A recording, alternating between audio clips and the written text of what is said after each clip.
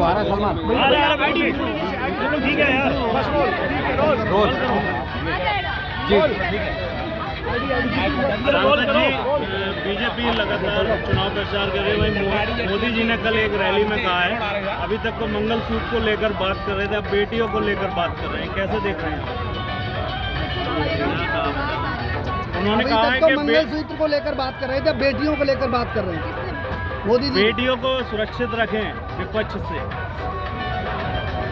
हमने देखा है कि जिस तरह मंगलसूत्र की बात करी गई चुनावों के समय और जो परिणाम रहे बिल्कुल विपरीत रहे, इस तरह की गलत धारणा लोगों के मनों में डालना, ये भारतीय जनता पार्टी का हमेशा से इसी कार्यशैली में उन्होंने काम किया है।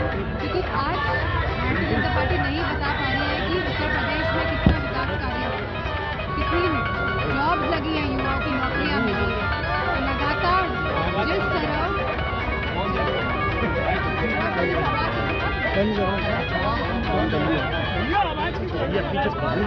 ले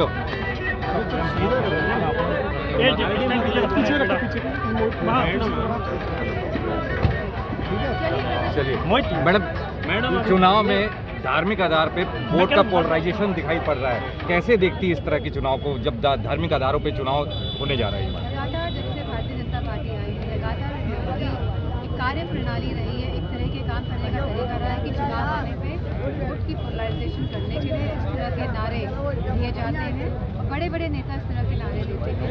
लेकिन आज जो है जो सभी समाज के जो लोग, जो हमारा पीढ़ी है, वर्ग है, ये सब समझ चुके हैं कि खाली इनकी भड़काने वाली बातें हैं जिससे कि वोट बढ़ जाए। लेकिन क्योंकि आज 10 साल केंद्र के और लगभग 10 साल जहाँ 8 साल हमारे राज्य सरकार के होने जा रहे हैं, तो कहीं ना कहीं अब लोगों को इस बात का समझ आ रही है कि इस तरह के भड़कीले भाषण देके वोट तो ले लेते हैं, लेकिन जो बातें कही जाती है कि किसानों की आय दुगनी हो जाएगी, कि 2 करोड़ युवाओं को रोजगार मिलेगा, कि आज महिलाएं सुरक्षित रहेंगी, कि अन्याय खत्म होगा, तो इस तरह का कोई भी चीज़ प्रदेश में देखने को नहीं मिल रही है। हर वर्ग और हर समाज के लोग अपने आप को कहीं ना कहीं प्रताड़ित महसूस कर रहे हैं।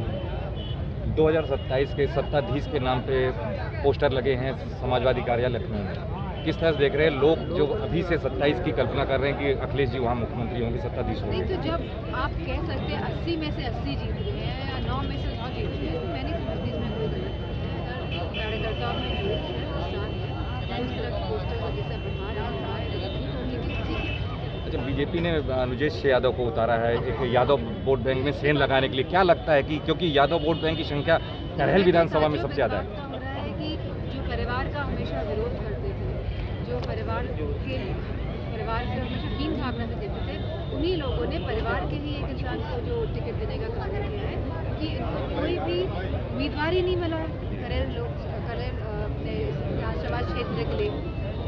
तो इसमें सोचने वाली बात है कि जिनको उम्मीदवार ही नहीं मिला, उन्होंने परिवार का ही उम्मीदवार उतार दिया है। तो मैं समझती हूँ कि समाजवादी पार्टी अच्छे वोटों से करेल विधानसभा सीट जीत गई। डोनाल्ड ट्रंप ने आज 47वीं राष्ट्रपति पद इस तरीके से उनको कांग्रेचुलेट करना चाहिए। हमीरपुर में 2 पत्रकारों को अर्थनगर के पिटाई का मामला सामने आया है, जिसमें लगातार जब से ये भारतीय जनता पार्टी की सरकार आई है, पत्रकारों पे भी हिंसा बढ़ी है।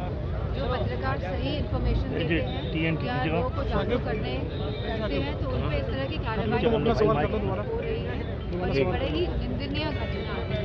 बैंकिंग में पत्रकारों ने खबर चलाई, इसके बाद मुकदमा लिखवाया जा रहा, धमकी दी जा रही बराबर।